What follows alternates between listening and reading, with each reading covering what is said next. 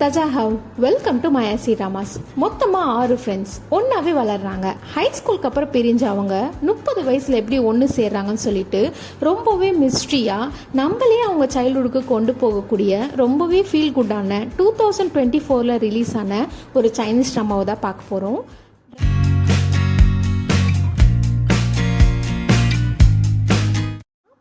இன்னைக்கான எபிசோடுக்குள்ளே போயிடலாம். எபிசோடோட ஸ்டார்டிங்லேயே ஒரு ஸ்கூலை தான் காட்டுறாங்க. 2008 ஒலிம்பிக் ஆனுவல் ப்ரோக்ராம் நடக்க போகுது. ஸோ எல்லா ஸ்டூடெண்ட்டும் அவங்கவுங்க பார்ட்டிசிபேட் பண்ணக்கூடிய விஷயங்களுக்கு ஃபோக்கஸ் பண்ணிட்டு இருக்காங்க. அங்கே ரொம்பவே எனர்ஜெட்டிக்காக அவங்க ஃப்ரெண்ட்ஸ் எல்லாரையுமே ரிஹர்சலுக்கு கூப்பிட்டு இருக்காங்கல்ல, இவங்க தான் நம்ம கதையோட ஹீரோயின் யான்ஸு. இப்படி எல்லாரையும் ஒரு ரூமில் ஒன்று சேர்த்துட்டு ஒருத்தருக்கு ஒரு வேலையை கொடுக்குறாங்க யான்ஸு. ஜாயன் ஸ்கிரிப்டை மாற்ற சொன்னனே மாற்றினியா அப்படின்னு கேட்கும். மாற்றிட்டேன், நீ வேணால் செக் பண்ணு. கொஞ்சம் மாதத்தில் நமக்கு காலேஜ் என்ட்ரன்ஸ் எக்ஸாம் வரப்போகுது. நீங்கள் யாருமே இதை சீரியஸாக எடுக்க மாட்டீங்க. யான்ஸு உனக்கு தான் எந்த ஆம்பிஷனும் கிடையாது, எல்லாரையும் இதில் இழுத்து விட்டுறாத அப்படின்னு சொல்லுவோம். ஜாயன் நீ இப்போ என்ன சொல்ல வர, வாழ்க்கைன்றது புக்கு மட்டும்தான் அப்படின்னு சொல்கிறியா? சரி உன்னோட ஆம்பிஷன் என்னன்னு சொல்லுன்னு கேட்கவும், நான் காலேஜ் என்ட்ரன்ஸ் எக்ஸாமில் நல்லா பெர்ஃபார்ம் பண்ணணும். இது உன்னோட ஆசையா இது உங்கள் அம்மாவோட ஆசையா அப்படின்ற மாதிரி கேட்குறாங்க. சரி அதை விடு, லீஃபை நீ என்ன ஆகணும்னு ஆசைப்படுற அப்படின்னு கேட்கும். நான் சைனாலே ரொம்ப பெரிய பேலட் டான்ஸர் ஆகணும் அப்படின்ற மாதிரி சொல்கிறாங்க. குவான்சன் நீ சொல்லு அப்படின்னு லீஃபை சொல்லவும், இரு அவனுக்கு நானே சொல்கிறேன். அவனோட 2 ஆசைகள். ஒரு ஆசை என்னன்னா ஸ்போர்ட்ஸில் பெரிய ஆள் ஆகணும், 2வது ஆசை லீஃபையை நல்லா பார்த்துக்கணும் அப்படின்ற மாதிரி ஆன்சர் சொல்கிறா. ஒரு பெரிய கம்பெனியில் ஒரு பெரிய போஸ்டிங்கில் ஏசியில் உட்காந்து எல்லாரையும் வேலை வாங்கணும். ஜாங்கி உன்னோட டர்ன் அப்படின்னு சொல்லுவோம். எனக்கு பெரிய ஆசைலாம் கிடையாது, இப்போதைக்கு ஸ்கூல் முடிக்கணும், என்னோட ஆம்பிஷன் எல்லாமே கேமிங் தான் அப்படின்ற மாதிரி சொல்லிடுறான். யாங்ஸு உன்னோட டர்ன் அப்படின்னு சொல்லவும், யான்ஸு எனக்கு என்ன பண்ணுறதுனே தெரியல, நீங்கள்லாம் சொன்னதை வச்சு தான் எதனா ரெஃபரன்ஸ் எடுக்கணும் அப்படின்ற மாதிரி யான்ஸு சொல்கிறா. அப்படியே கட் பண்ணோம். ஆனுவல் டே அன்றைக்கி தான் காட்டுறாங்க. இந்த 6 பேரையும் பார்ட்டிசிபேஷனுக்காக இன்வைட் பண்ணுறாங்க. யான்ஸு தான் ஃபஸ்ட்டு. கூட்டத்தை பார்த்ததும் பயந்துடுறா. லைன்ஸ் எல்லாம் மறந்து போயிடுது. அவங்க ஃப்ரெண்ட்ஸ் எல்லாம் ஸ்கிரிப்டை தேடிட்டு இருக்கோம். ஜாங்கி இவளோட லைனும் சேர்த்து மெமரைஸ் பண்ணியிருப்பான் போல் யான்ஸுக்கு சொல்லி கொடுத்துட்டு இருக்கான். யான்ஸ் இப்போ பெர்ஃபார்ம் பண்ணிட்டு இருக்கா. இது எங்களோட சைல்ட்ஹுட் கதை. ஜாங்கியன் சிட்டியில் இருக்க என்னோட 5 ஃப்ரெண்ட்ஸை பற்றி தான் நான் சொல்ல போகிறேன் அப்படின்னு சொல்லிட்டு ஒருத்தராக சொல்லிட்டு இருக்கா. ஃபர்ஸ்ட்டு என்னோட பெஸ்ட் ஃப்ரெண்ட் லீஃபை, அவள் டான்சிங் வேர்ல்ட்லே ரைசிங் ஸ்டார். குவான்சோ நெக்ஸ்ட்டு ஃப்ளையிங் மேன், 100 மீட்டரை 10 செகண்ட்லேயே ஓடிடுவான். ஜாயன் பற்றி சொல்லவே தேவையில்ல, அவன் ஒரு படிப்ஸ். மிங்கி நல்லா படிக்கிறதுனால என்னோட அம்மா அவளை வச்சு என்னை திட்டுவாங்க. ஜாங்கி படிப்ஸ் எல்லாம் கிடையாது, சீரியஸாகவே அவனோட வாழ்க்கையை எடுத்துக்க மாட்டான். நெக்ஸ்ட்டு இந்த கதையோட ஹீரோயின் நான் தான். எங்கே தப்பு நடந்தாலும் தட்டி கேட்குற ஒரு பர்சன் தான் நான் அப்படின்ற மாதிரி கதை சொல்லிட்டு இருக்காங்க. நான் சொல்கிற கதை இங்கே உள்ள ஆடியன்ஸ்க்கு புரியுதா இல்லையான்னு தெரியல. ஆனால் இந்த கதை எப்போ உருவாச்சுன்னா, நாங்கள் சின்ன வயசில் இடிக்கோ மழைக்கோ பயந்துட்டு பெரியவங்க இல்லாத நேரத்தில் பசியிலே நாங்கள் செத்துருவோம் அப்படின்னு பயந்துட்டு இருக்கும்போது ரைஸ் குக்கர் இருக்குது, இதை வச்சு நாங்கள் சமைச்சு சாப்பிட்டுப்போம் அப்படின்னு சொல்லிட்டு தான் இந்த கதை உருவாச்சு அப்படின்னு இந்த மெமரிஸ் எல்லாம் நினச்சி பார்க்குறா. என்னன்னா இப்போ 30 வயசு யான்ஸியை தான் காட்டுறாங்க. அவள் ஒரு ரிப்போர்ட்டர்.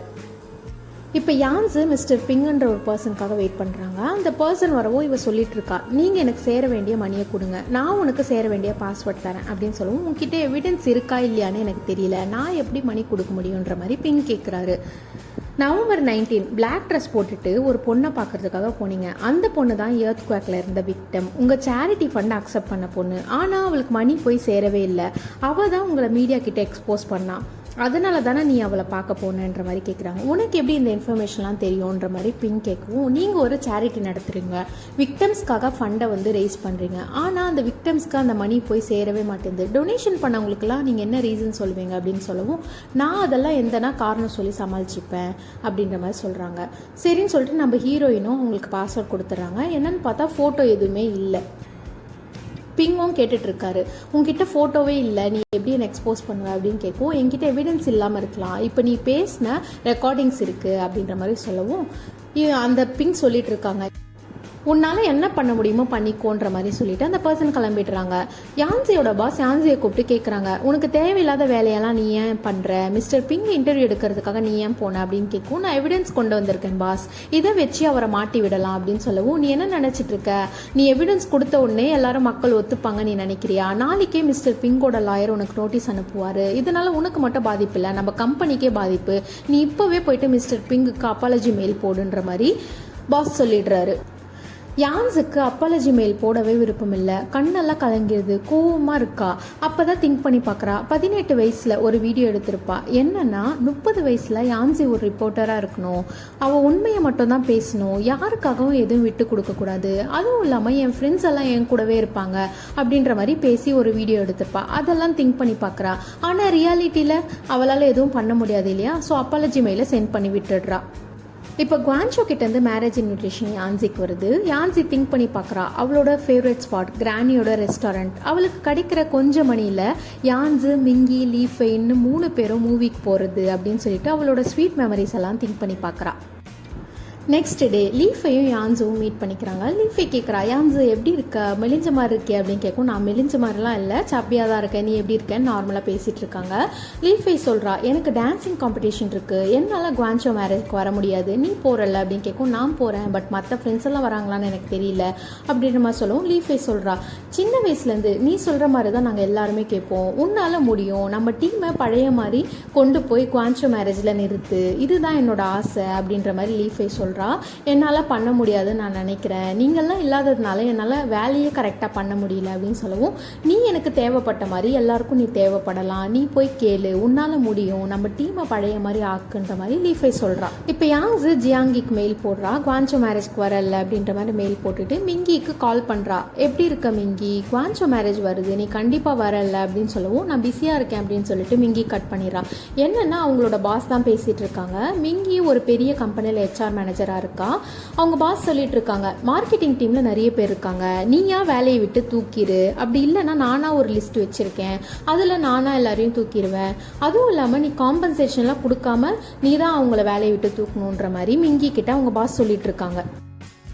சரி ஜாயினை போய் மீட் பண்ணலாம்னு சொல்லிட்டு அவனோட காலேஜ்க்கு வந்திருப்பா. ஜாயினும் அவங்களோட ப்ரொஃபஸருக்கெல்லாம் தெரியாமல் ட்ரிங்க்ஸ் வாங்கலான்னு வெளியே வந்திருப்பான். அந்த ட்ரிங்க்ஸ் எல்லாம் கீழே கொட்டிக்கும், 2 காஃபி தான் இருந்திருக்கும். இன்னுமா நீ யாருக்கும் தெரியாமல் வெளியே வந்து ட்ரிங்க்ஸ் சாப்பிட்றத விடலை அப்படின்ற மாதிரி யான்ஸு கலாய்ச்சிட்டு இருக்கா. ஆமாம்ல அப்படின்ற மாதிரி நார்மலாக பேசிகிட்டு இருக்காங்க. சரி 2 காஃபி இருக்குது, இதை வச்சு நம்ம அட்ஜஸ்ட் பண்ணிப்போம்னு சொல்லிட்டு 2 பேரும் குடிச்சிட்டு இருக்காங்க.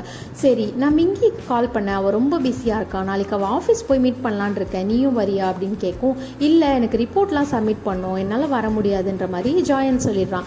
இன்னும் நீ அவளை பார்த்து பயப்படுறத விடலையா அப்படின்னு கேட்கும். சரி நான் பயப்படுறேன், சரி நீ ஏன் என்னை கூப்பிடுறதுக்காக வந்த, நீயும் தானே பயப்படுற அப்படின்ற மாதிரி பேசிட்டு இருக்காங்க. சரி என்னோட ப்ரொஃபஸர் வந்துருவாங்க, எனக்கு படிக்கிறதுக்கு நேரம் ஆகுதுன்னு சொல்லிட்டு ஜாயன் கிளம்பிடுறான். நெக்ஸ்ட் டே மிங்கியோட ஆஃபீஸ்க்கு தான் மிங்கியை பார்க்கறதுக்காக யான்ஸு போகிறா. மிங்கி ஒரு மீட்டிங்கில் இருக்கதா சொல்லி யான்ஸியை வெளியே உட்கார வச்சுட்றாங்க. இப்போ மிங்கி மீட்டிங்கில் பேசிகிட்டு இருக்கா. உங்களுக்கு நான் 2 ஆப்ஷன் தரேன். ஆப்ஷன் 1 நீங்களாக வேலையை விட்டு போகிறது, ஆப்ஷன் 2 நாங்களாக வேலையை விட்டு தூக்குறது.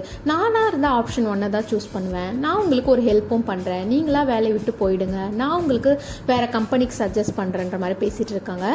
நீங்கள் என்ன பேசுகிறீங்க மேம், நீங்கள் வந்து என்னை வேலையை விட்டு தூக்குறீங்க, நான் 10 வருஷமாக இந்த கம்பெனிக்காக உழைச்சிருக்கேன், நீங்கள் எதுவுமே இல்லாமல் என்ன வேலையை விட்டு தூக்குறீங்க அப்படின்னு பேசிட்டு இருக்காங்க. எனக்கு EMIலாம் இருக்குது, என்னை நம்பி ஃபேமிலி இருக்குன்ற மாதிரி அந்த பர்சன் வந்து ரொம்ப இம்பல்ஸ் ஆகி அந்த தண்ணி எடுத்து மிங்கி மூஞ்சிலே ஊற்றிடுறாங்க. இதெல்லாம் யான்ஸு வெளியே இருந்து பார்த்துட்றா. மிங்கி பார்த்தா ரொம்ப எம்பாரஸ்டாக ஃபீல் பண்ணுவான்னு சொல்லிட்டு ஒளிஞ்சிக்கிறா. அங்கே உள்ள ஸ்டாஃப் கிட்ட ஒரு பார்சல் கொடுத்து அனுப்புறா மிங்கிக்காக. மிங்கி ஓப்பன் பண்ணி பார்க்கவும் அவளுக்கு ரொம்பவுமே ஹாப்பி ஆகிடுது. என்னன்னா அவளுக்கு ரொம்ப பிடிச்ச ஒரு சாக்லேட் கேக். அவள் திங்க் பண்ணி பார்க்குறா. ரொம்ப வருஷம் கழிச்சு அவங்க ஸ்கூல் டேஸில் அவங்க ஒரு மூவிக்கு போயிருப்பாங்க. அப்போ தான் ஃபஸ்ட்டு இந்த சாக்லேட் கேக்கை டேஸ்ட் பண்ணி பார்ப்பாங்க. அவளுக்கு ரொம்பவுமே பிடிச்சிருக்கும். இந்த ஆஃபீஸில் மிங்கிக்குன்னு சொல்லிட்டு எந்த ஃப்ரெண்ட்ஸுமே இருக்க மாட்டாங்க. ரொம்ப வருஷம் கழிச்சு அவள் ஃப்ரெண்ட் அவளுக்காக சாக்லேட் கேக் வாங்கி கொடுத்ததை நினச்சி அவளுக்கு கண்ணெல்லாம் கலங்கிரும். அப்படியே வந்து அந்த சாக்லேட் கேக்கை சாப்பிட்றா. வீட்டுக்கு போகலான்னு சொல்லிட்டு கேப் புக் பண்ணி யான்ஸி கேபில் போயிட்டுருக்கா. அந்த கேப்பை ஒரு பைக் ஃபாலோ பண்ணுது. அந்த பைக்கில் உள்ள பர்சனை பார்த்ததும் யான்ஸிக்கு யாருன்னு தெரிஞ்சிருது. அவளுக்கு ஒரே பதட்டம். பல வருஷம் கழிச்சு அந்த பர்சனை நம்ம பார்க்க போகிறோம், அண்ணா அவனை விடாதீங்க, கண்டிப்பாக பிடிங்க அப்படின்னு சொல்லிட்டு அவங்கள ஃபாலோ பண்ணிகிட்டே போகிறாங்க. அவனால் இப்படி பிடிக்க முடியாது, நான் சொல்கிற மாதிரி ஷார்ட்கட்டில் போங்க அப்படின்னு சொல்லிட்டு அந்த பைக் முன்னாடியே போய் நிற்கிறா. ஜியாங்கி நீ தானே அப்படின்னு கேட்கும். ஜியாங்கி சொல்கிறான், ரொம்ப வருஷம் ஆச்சு யான்ஸு பார்த்து, எப்படி இருக்க அப்படின்ற மாதிரி கேட்குறாங்க. இந்த சீனே ரொம்பவுமே சூப்பராக இருக்கும். ஏன்னா பல வருஷம் கழித்து 2 பேரும் மீட் பண்ணுறாங்க. இதோட இந்த எபிசோட் முடிஞ்சது. லைக் பண்ணாதவங்க லைக் பண்ணிக்கோங்க, சப்ஸ்கிரைப் பண்ணாதவங்க சப்ஸ்கிரைப் பண்ணிக்கோங்க. வாஷ் யூ ஹைனி டு ஆல்.